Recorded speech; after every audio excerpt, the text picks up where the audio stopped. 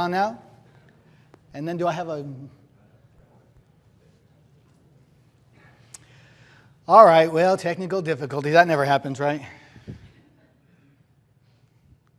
Okay, here we go. Last week I began talking in the Gospel of Mark about sort of hanging out with Jesus and seeing what he's about. What's Jesus doing in the Gospel of Mark? And we looked at sort of what I would call like a basement and a balcony level kind of thing going on. If you remember, sort of at the basement level, the story we looked at in Mark 1 is where Jesus cast a demon out. It's called an unclean spirit there. He cast out an unclean spirit. And so we read that story and worked with that a little bit. But so that's kind of the basement, the physical level of that. But there's something else going on. We talked about this last week. Something else going on that's sort of a balcony level, like this higher up thing. Because not only is Jesus casting out the demon out of this guy, or the evil spirit out, but he's come, as John describes it, he's come to immerse us in his spirit. And so really he's come to cast the demon out of Judaism, out of God's people, and by implication out of all humanity. He's come to replace that horrible spirit, that horrible worldview, that selfish, it's all about me, violent, thing that humanity becomes. He's come to replace that with his spirit. And even in Judaism, there was sort of an evil spirit. They had gotten to the place where they forgot what God was about, what his kingdom was about, what his Messiah would be about. And we know that they were looking for a Messiah to come and beat up the Romans and kick them out. And they had this mentality that this is what God's plan was. And before Jesus could let people know he was the Messiah, this is called the Messianic secret in Mark, before he could let people know he's the Messiah, he had to change their perspective of what Messiah came to be. Otherwise, people would go around saying, hey, the Messiah's here, and they're like, yay, we're going to get those Romans, get them out of here. But he didn't want that message going out, so we found him silencing everybody. Because first he had to bind that Satan, he had to bind that evil spirit, so he could take back all that was his and fill us with a new spirit. So that's kind of what he's doing. There's the basement level of casting out the evil spirit or the unclean spirit. And then there's that overarching spiritual kind of level, the balcony level where really Jesus came to transform humanity's mind, to change the way we think about God and about his plan for us and about who we are and about things like this. So that's going on in the Gospel of Mark. And so the next story, he heals a lot of people, and especially he says he casts out a lot of demons, unclean spirits there in the beginning of Mark, heals Peter's mom. So he does all that. And then the next sort of major story is Jesus healing a leper. And so that's kind of the next thing we're going to deal with. And I want to look at the basement level of that, and then maybe see if there's a balcony level to that as well. So we start looking at the story. This is it's a challenging story if you spend enough time dwelling on it, which I do, because it says a leper came to him, imploring him and kneeling, and said to him, does that bother anybody, or is it just me? Well, think about it. Jesus is going throughout the towns, the Galilean towns. He's preaching in the synagogues. And he's crowded. People are all around him because he's been healing people. And so masses of people just hung around Jesus, right? And this text says a leper came to him. Now, here's Jesus, mass of people around him. A leper comes to him. What happens? What would you do? Ah! Right? I mean, it's like, in my mind, I'm thinking there was a thing when we were young and you had water and soap or something and you put pepper in it or something? Or you put pepper and then a drop of soap or something? Does anyone did that experiment? Anyway, what happened when you added the pepper or hit it with a needle or something? Everything went bam and fled. And in my mind, that's what happened. This leper comes to Jesus. Are you supposed to do that when you're a leper? Are lepers supposed to come to people? How about Jewish rabbis? Should lepers be coming to Jewish rabbis? That's bad. This guy is not a good rule keeper. I think it was Dave. But I'm bumped. I got to tell you, I think my kids relate to your communion talk because they're like, I tell Tabitha all the time, Tabitha, I love you the best. And she loves to hear it until she hears me say to Mackenzie, I love you the best. And then she's like, but it's because I love them both the best, with the best kind of love. But anyway, but if you're a leper, you're not supposed to come to people, especially a Jewish rabbi. They don't want you around. Was it bad to have leprosy? Leprosy was something that it just annihilated you. Beyond having the disease itself, it just totally plucked you out of your world and put you into another one. Right? Like if you were leprous, what happens to, do you get to hug your spouse anymore? Your children? You get to hang out in your community events? Your religious festivals? Nothing! It completely removes you from all that. And what are you supposed to be doing when clean people come around? Anybody know? Yeah, you're supposed to, if anybody gets near you, you're supposed to yell, unclean, and not let anyone come near you because God has set some rules in place to keep these things from spreading. And so how many of us read the text, we just read right over this stuff? We do, right? We just read right over it because, because we know what's going to happen, so we don't really care. Well, stop a minute and let it set in you and let it hit you that this leper came to Jesus. And imploring him, he said to him, if you will, you can make me clean. And I got to stop here again because that's pretty amazing. Why do I always have to do that? If you will. Listen, Israel believed only God could heal leprosy. That's a pretty good belief. They didn't know of anybody ever being healed of leprosy except, well, there was the Miriam thing, but God gave her it so. I mean, he gave it, took away, right? But there was another guy, Naaman. So the God of Israel can cure leprosy. That's a pretty big story in Israel. It's in their Bible, and they know it. And so they know their God, but only God, nobody else. This guy comes to Jesus, and he has no question about whether Jesus can heal him. And that's amazing faith. There's no question whether Jesus can heal him. But there is a question about whether what? Whether Jesus will, whether he wants to heal him. And I don't know how to explain this to you. I took a lot of Greek to get my degrees, so I understand some of it, but not enough to help you understand it. I barely understand it, but I'm telling you that in my experience, what I've read, that the commentators are saying that there's a lot of anger in these words as Jesus interacts with this guy, and they're trying to figure out where the anger is coming from. There's anger in the words that are usually used sort of when you're kind of in a conflict. And so there's some kind of anger going on here, and some people think, well, maybe Jesus is angry at the guy because he just kind of threatened Jesus and everybody with leprosy. And I don't think that's going on. One commentator is thinking Jesus is angry about the condition that sort of Satan has brought humanity to. This horrible condition of leprosy and being ostracized from everything human. And that's something to be upset about. But I think what Jesus is upset about here, and I think it's pretty fair in the text, I think he's upset at the religious leaders. Imagine the religious leaders standing around when they see this leper come up to Jesus. They're going to think that's a no-no, just like everybody else, right? But not only that, how did the religious establishment and even the disciples were taught, how did they believe about somebody who was poor or who had leprosy or who was blind or maybe born blind or maybe born lame? What was true about those kind of people, about them? Sinners. They're getting what they deserve. God has done this to you because you're a sinner, you're a bad person, and you're experiencing the punishment of God's wrath.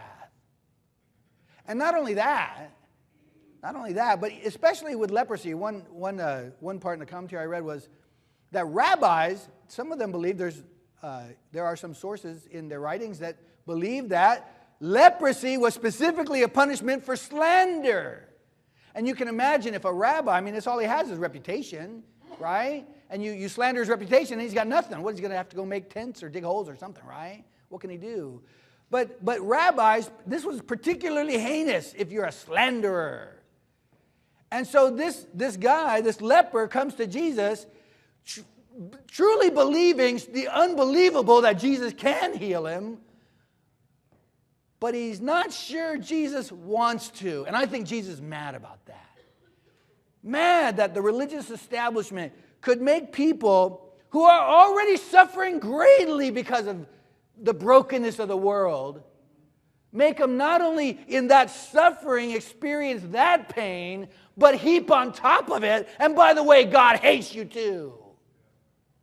And I think Jesus is mad about that. I think it comes out in the language. I don't know. I can't prove it.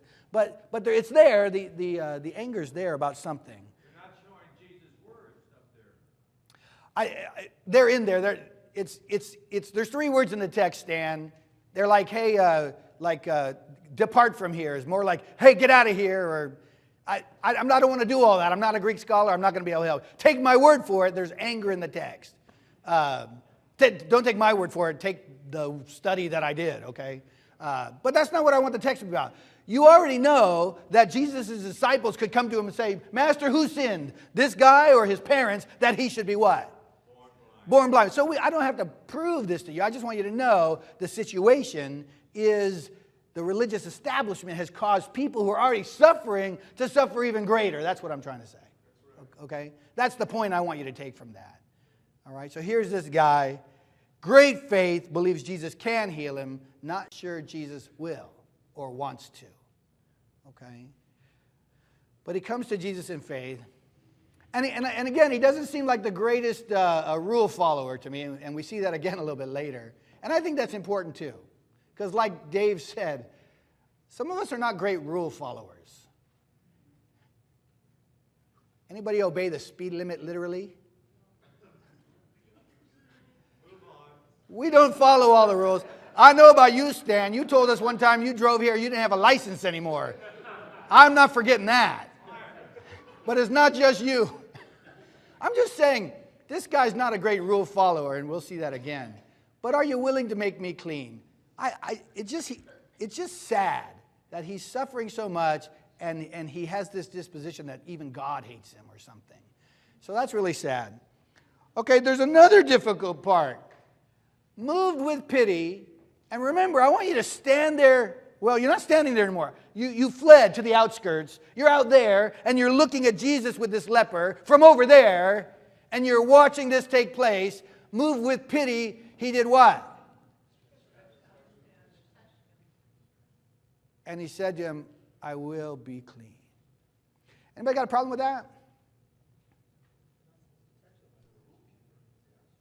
Yeah. If you're a rule keeper. You think anybody in the crowd, especially maybe some religious leaders, might have had a problem with this?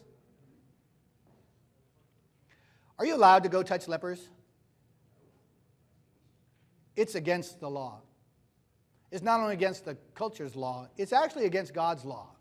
And this is challenging, and I hope to clear this up for you. But Jesus did touch this leper, and the law said, if you touch something unclean, that's a problem. And I'll show you that. Here's an excerpt from Leviticus 5, which covers all of this. Jumping in at verse 2, or if anyone touches an unclean thing, whether a carcass of an unclean wild animal, or a carcass of unclean livestock, or a carcass of unclean swarming things, and it is hidden from him. In other words, like you didn't even know it happened. Okay? You're walking along, you didn't even know you bumped into that thing or stepped on that thing.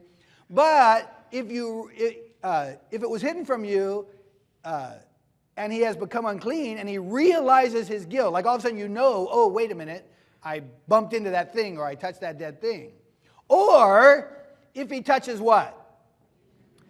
human uncleanness of whatever sort the uncleanness may be. Now, does that cover leprosy? Seems like it. Whatever uncleanness may be with which one becomes unclean. And it is hidden from him, even if you don't know it. When you come to know it and realize your guilt, when you realize guilt in any of these and confess the sin he has committed, he shall bring to the Lord as his compensation for the sin that he has committed a female from the flock, a lamb or a goat, for a sin offering, and the priest shall make atonement for his sin, for him for his sin.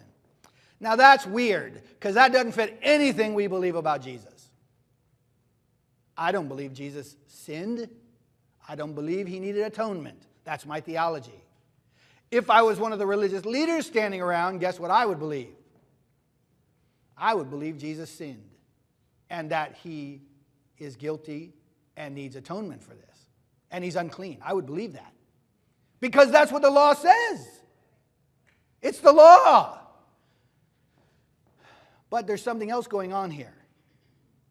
True, Jesus broke the letter of the law. There's no question about that. If you can't see that, you're kind of begging the question or something. There's a fallacy somewhere. He definitely broke this law.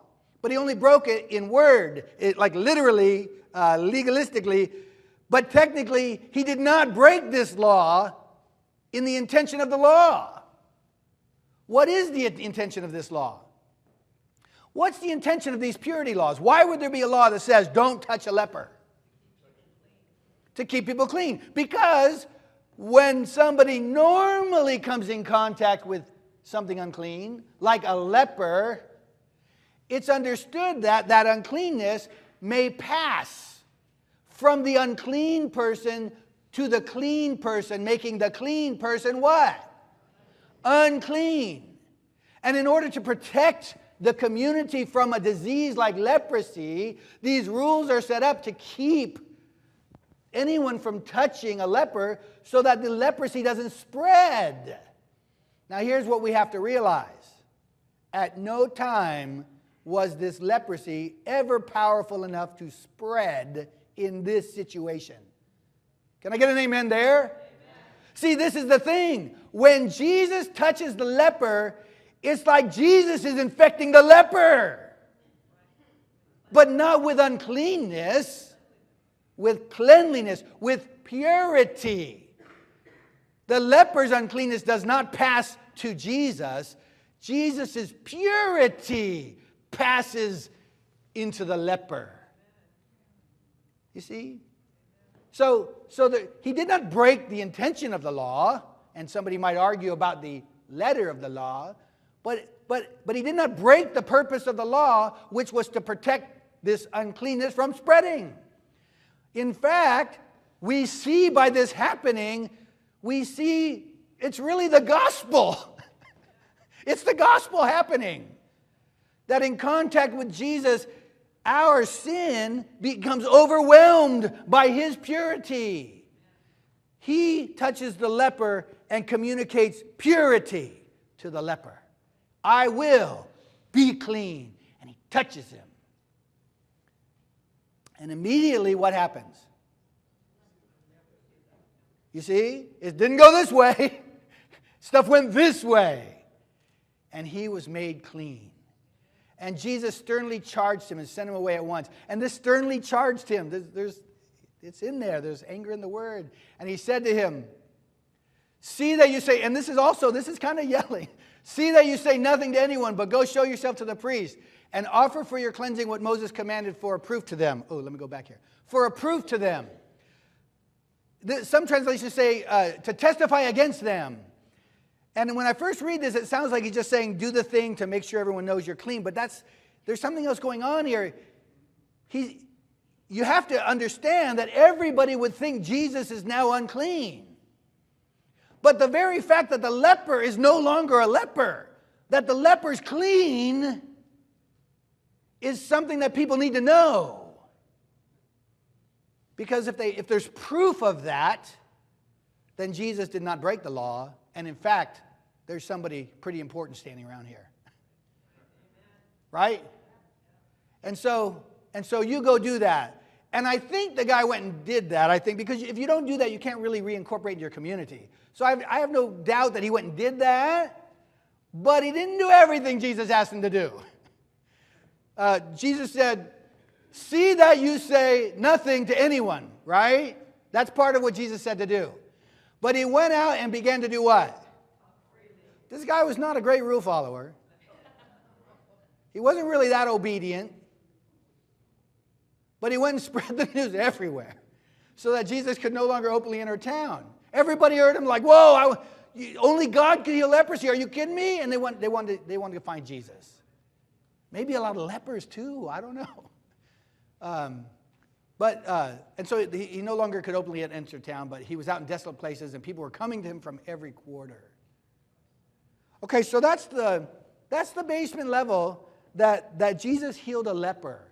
But can anybody start feeling like maybe there's something else going on too? Like there's a balcony level about this story is saying something about who Jesus is and something about what Jesus came to do? This idea of leprosy and the idea of only God can heal leprosy and even our minds going back to the Old Testament, it's already going on in the Gospel of Mark. When you got somebody out in the middle of nowhere and you have them dunking people in the muddy Jordan River and you're a Jew and you know your Jewish history, what's going on there? Why is anybody dipping in the Jordan River? Can anybody think of a story where somebody dipped in the Jordan River? What's that story? Naaman with leprosy. So there's already this connection with coming and dipping in the Jordan, with this baptism of John and what would become the baptism of Jesus. There's already this connection with this idea of dipping in the Jordan to become pure, to become clean. And with Naaman, it had to do with leprosy physically, but all the people were coming, but they didn't have leprosy, right? But they were coming to dip in the Jordan. It was a baptism of repentance for the forgiveness of sin. So it's no stretch to think of the way sin and leprosy are similar. Okay? Sin is like a spiritual leprosy, and don't be fooled for a moment. Listen, sin does what leprosy does. Sin corrupts. Sin destroys relationships. Listen, when you're selfish and mean and violent, a lot of people don't want to hang around you. When you steal people's stuff and talk bad about people, and I could go on with stuff, right? If you're that kind of person, people don't want to be around you. Sin isolates people. It destroys relationships. When you're not faithful to your spouse, that destroys relationships. Amen? Sin is like leprosy. It completely annihilates relationships. And when God's calling us out of sin, it's not because, oh, I don't want you having any fun. When I was a youth minister, I had young people, yeah, I want to be a good Christian, but I'm going to wait till I'm older because I don't want to miss out on the fun. That's the way the world thinks about sin. Oh, try this. It's decadent. Right? It's the way we think about sin.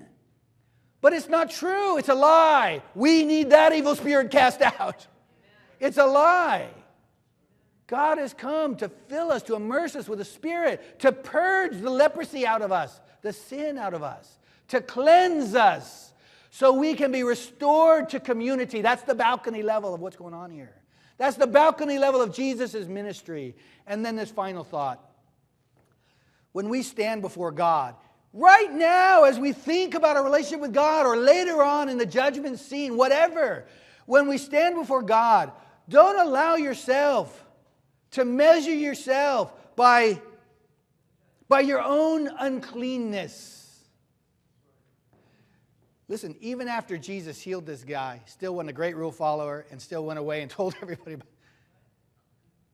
But don't allow yourself to measure yourself by your own level of cleanness.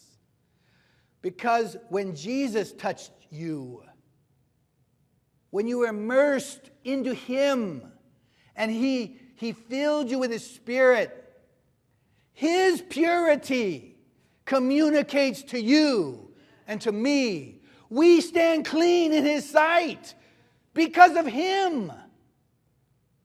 We come to Him in faith. We come to Him as lepers. But it's what He does that causes us to stand there clean. He's communicated this purity to us. And we just have to maintain that faith in Him. And allow that Spirit to continue to fill us and change us and transform us to become the people God has called us to be. Experiencing His blessings. Not missing out on the fun. That's not the reality. The reality is being delivered from the things that isolate and destroy and hurt us and others. That's what Jesus is doing. So, anyway, I hope you're experiencing that balcony level with Jesus. If you're not, come and talk to us. Talk to me. Talk to one of the elders here. Let us pray for you. Let us study with you. Whatever it takes to get you to find yourself laying your life down for Jesus and letting Him raise it up.